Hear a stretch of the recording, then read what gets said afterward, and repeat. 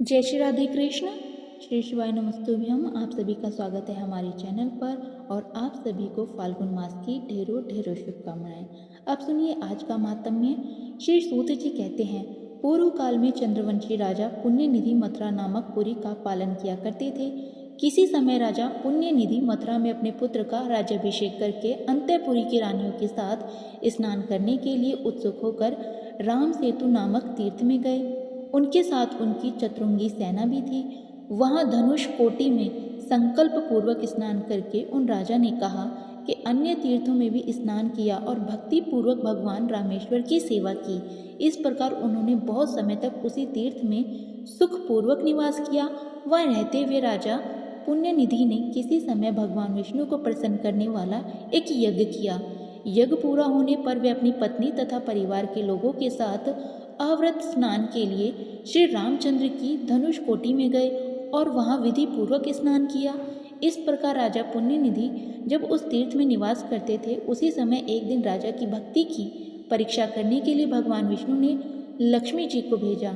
वे 8 वर्ष की सुंदर बालिका होकर गंधमादन पर्वत पर गई। उस समय राजा पुण्यनिधि धनुष कोटि में स्नान करने के लिए गए हुए थे। वहां स्नान करके पुण्य कर्म करने के पश्चात राजा ने अलौकिक रूप सौंदर्य से सुशोभित एक 8 वर्षीय कन्या को देखा। उसे देखकर पुण्यनिधि ने पूछा कि बेटी, तुम कौन हो? यहाँ तुम्हारे आने का क्या कारण है? तब राजा के पूछने पर वह कन्या कहने लगी, महाराज, मेरे ना माता है ना पिता है और ना कोई भाई बंधु है। मैं तो अनाथ हूँ। मैं आपकी पुत्री होकर रहना चाहती हूँ। आपको पिता के रूप में देखती हुई मैं सदा आपके घर में निवास करूँगी, परंतु मेरी एक शर्त है, जो मुझे हाथ में पकड़े अथवा जबरदस्ती खींच कर ले जाए, उसको यदि आप दंड दें, तभी मैं आपके घर में आपकी पुत्री होकर बहुत लंबे समय तक निवास करूँगी। कन्या के ऐसे कहने पर राजा पुण्यनिधि कहने लगे, शुभे, मैं तुम्हारी कही हुई सारी बातें मानूंगा। मेरे भी कोई पुत्री नहीं है, एक ही वंशधर पुत्र है। भद्रे, जिसके प्रति तुम्हारा अनुराग होगा उसे ही तुम्हें समर्पित करूंगा। बेटी, आओ मेरे घर चलो और अब हमारी बेटी बनकर हमारे घर में अंतःपुर में स्वेच्छा अनुसार रहो। तब बहुत अच्छा कहकर वह कन्या राजा के साथ उनके घर को चल दी। राजा ने अपनी पत्नी के हाथ में उस कल्याणमयी कन्या को सौंप दिया। रानी का नाम विंध्यावली था। राजा ने उनसे कहा, देवी, ये हम दोनों की पुत्री है, इसकी दूसरे पुरुषों में सर्वथा रक्षा करो। विंध्यावली ने राजा की आज्ञा शिरोधार्य की और उस कन्या को अपने हाथ में ले लिया। राजा के द्वारा अब कन्या का पुत्र की तरह ही पालन पोषण होने लगा। वह लाड़ प्यारों सुखपूर्वक राजमहल में रहने लगी। इसके बाद जगदीश्वर भगवान विष्णु अपनी लक्ष्मी जी को ढूंढने के लिए एक दिन बैकुंठ से निकले और राम सेतु पर गए। वहां सबोर घूमते रहे। इसी समय फूल तोड़ने के कौतूहल से वह कन्या अपनी सखियों के साथ राजा के बगीचे में गई और वहां पेड़ों से सुंदर सुंदर फूल चुनने लगी। तभी वहां पर भगवान विष्णु एक ब्राह्मण का रूप धारण करके अचानक आकर खड़े हो गए। ब्राह्मण को अचानक वहां आया देखकर कन्या ठिठक कर खड़ी रह गई। वह मधुर भाषणी कन्या को देखकर उस ब्राह्मण ने बड़ी जल्दी से उसका हाथ पकड़ लिया। यह देखकर वह कन्या अपनी सखियों के साथ उस बगीचे में चिल्लाने लगी। उसकी चिल्लाहट सुनकर राजा पुण्यतिथि वहीं पर आ गए। वहाँ राजा ने उस कन्या और उसकी सखियों से पूछा कि बेटी बताओ, अभी तुम अपनी सखियों के साथ क्यों चिल्ला रही थी? तब वे कन्या कहने लगी, पिताजी, इस ब्राह्मण ने हठ पूर्वक मेरा हाथ पकड़ लिया था। तात, वह यही है, उस वृक्ष के नीचे निर्भय होकर खड़ा हुआ है। राजा परम बुद्धिमान और सद्गुणों के निधान थे।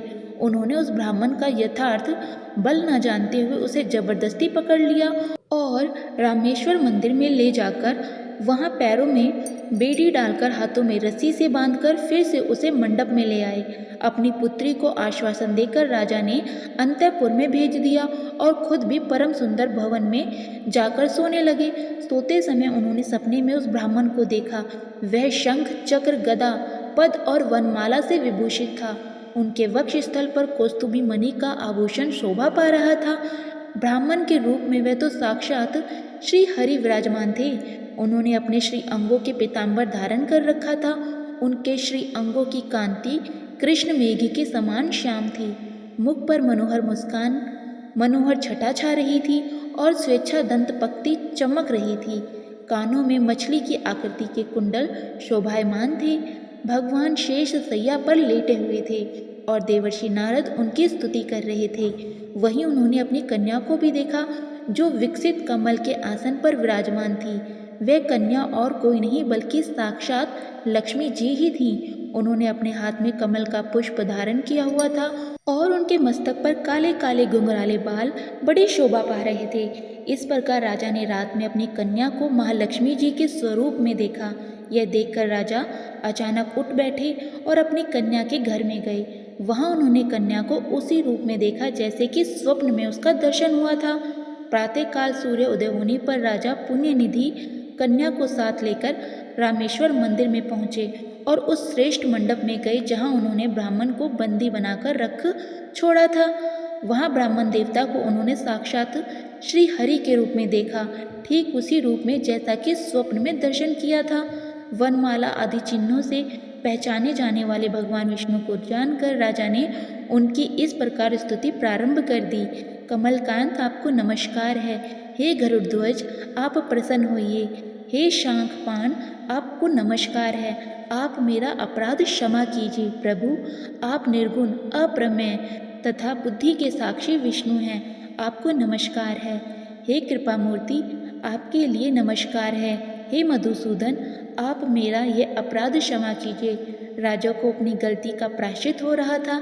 इस प्रकार महाविष्णु की स्तुति करके राजा पुण्यनिधि ने संपूर्ण जीवों की जननी श्री लक्ष्मी जी की भी स्तुति की कि संपूर्ण जगत को धारण करने वाली हे देवी, आपको नमस्कार है।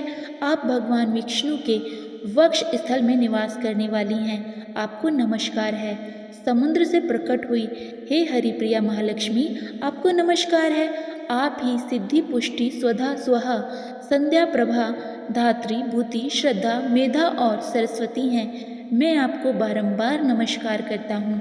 हे देवेश्वरी, आप ही यज्ञ विद्या, महाविद्या, अतिशय शोभा में गृह विद्या, आत्मविद्या तथा सभी प्राणियों को मुक्ति देने वाली हैं। आपको नमस्कार है। संसार की रक्षा करने वाली हे जगदम्बिके, आप अपनी दया दृष्टि से मेरी रक्षा कीजिए। हे महेश्वरी, आपको मेरा नमस्कार है। लक्ष्मी जी की इस प्रकार स्तुति करके राजा ने अब फिर से भगवान विष्णु से इस प्रकार प्रार्थना की कि हे श्रीहरि, मैंने अज्ञानवश आपके पैरों में बेड़ी डालकर जो इस समय आपके प्रति अपराध किया है वह तो स्पष्ट ही द्रोह है। आप उसे यदि हो सके तो क्षमा करें। मधुसूदन, आप संपूर्ण जगत के पिता हैं और पिता को पुत्र का अपराध क्षमा कर देना ही चाहिए। आपने अपराधी दैत्यों को अपना स्वरूप तक दे डाला है। भगवान, मेरे भी इस अपराध को आप क्षमा कर दीजिए। हे कृपानिधि, मारने के लिए आई हुई पूतना को भी आपने अपने चरण कमलों में स्थान दिया था। मेरी भी रक्षा कीजिए। हे लक्ष्मीकांत, हे केशव, मुझ पर अपनी कृपा पूर्ण दृष्टि डालिए। राजा के इस प्रकार प्रार्थना करने पर भगवान विष्णु कहने लगे कि हे राजन, मुझे बंधन में डालने के कारण तुम्हें जो भय हो रहा है उसे त्याग दो। भय मत करो। तुमने तो इस तीर्थ में मेरी प्रसन्नता के लिए ही यज्ञ किया है, इसलिए तुम मेरे प्रिय भक्त हो।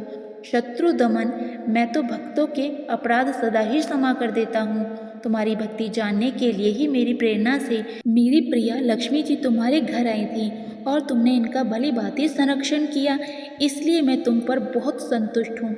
संसार में जो पुरुष मेरी स्वरूप भूता इन महालक्ष्मी जी की भक्ति रखता है वह मेरा भी भक्त कहलाता है, और जो इनसे विमुख है, जो इनका सम्मान नहीं करता, वह मेरा द्वेष पात्र माना गया है।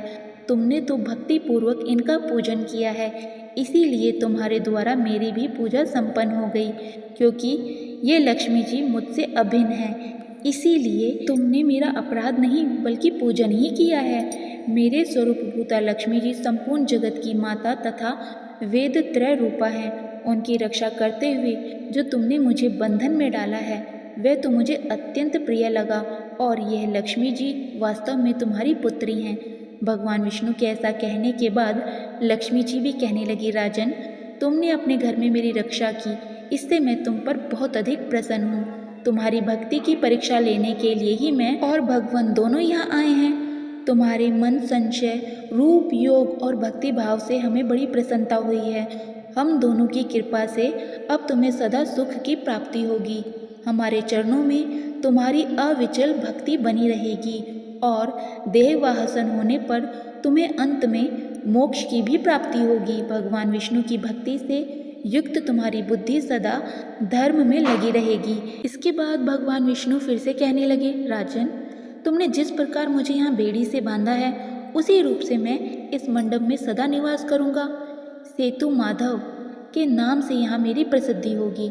जो मनुष्य यहाँ मुझ सेतु माधव की पूजा करेगा, सेवा करेगा, वे संपूर्ण मनोरथ और अंत में सायुज्य मोक्ष को भी प्राप्त होंगे। तुम्हारे द्वारा किए हुए मेरे तथा लक्ष्मी जी के स्तोत्र को भी जो प्रसन्नतापूर्वक पढ़ेंगे, सुनेंगे और लिखेंगे, उनकी मेरे परम धाम से बड़ी पुनर्वृत्ति नहीं होगी। राजा पुण्यनिधि से ऐसा कहकर भगवान विष्णु सदा पूर्ण रूप से वहाँ निवास करने लगे। राजा ने सेतु माधव रूपी भगवान विष्णु को प्रणाम करके भक्ति भाव से उनकी महापूजा की और श्री रामेश्वर का सेवन करके अपने घर को प्रस्थान किया। मथुरा में उन्होंने अपने पुत्र को राजा बना दिया और स्वयं जीवन भर उस परम उत्तम सेतु तीर्थ में निवास किया। मृत्यु होने के बाद राजा ने अंत में मोक्ष प्राप्त कर लिया और उनकी पत्नी विंध्यावली भी उन्हीं के साथ मृत्यु को प्राप्त हुई। उस पतिव्रता ने भी पति के साथ ही उत्तम गति प्राप्त कर ली। इस प्रकार जो सेतु तीर्थ में भक्ति पूर्वक प्रतिदिन सेतु माधव का दर्शन करते हैं, उनकी कभी पुनर्वृत्ति नहीं होती, अर्थात उन्हें मोक्ष मिल जाता है। जो सेतु तीर्थ की रेणुका लेकर गंगा जी में डालता है, वह मृत्यु के बाद भगवान विष्णु के बैकुंठ धाम में निवास करता है। जो गंगा जी का जल लाकर भगवान रामेश्वर का स्नान कराता है और उसके भार को सेतु तीर्थ में रखता है, वह निश्चय ही पर ब्रह्म को प्राप्त होता है। हे ब्राह्मणों, इस प्रकार तुमसे भगवान सेतु माधव की महिमा का वर्णन किया गया। ऋषि मुनियों से ऐसा कहकर श्री सूत जी महाराज कुछ क्षणों के लिए मौन हो गए। जय भोलेनाथ। आज के अध्याय में बस इतना ही। इसके आगे की कथा आप सभी आने वाले अध्याय में जरूर सुनिएगा। तब तक के लिए जय श्री राधे कृष्ण, जय माता दी।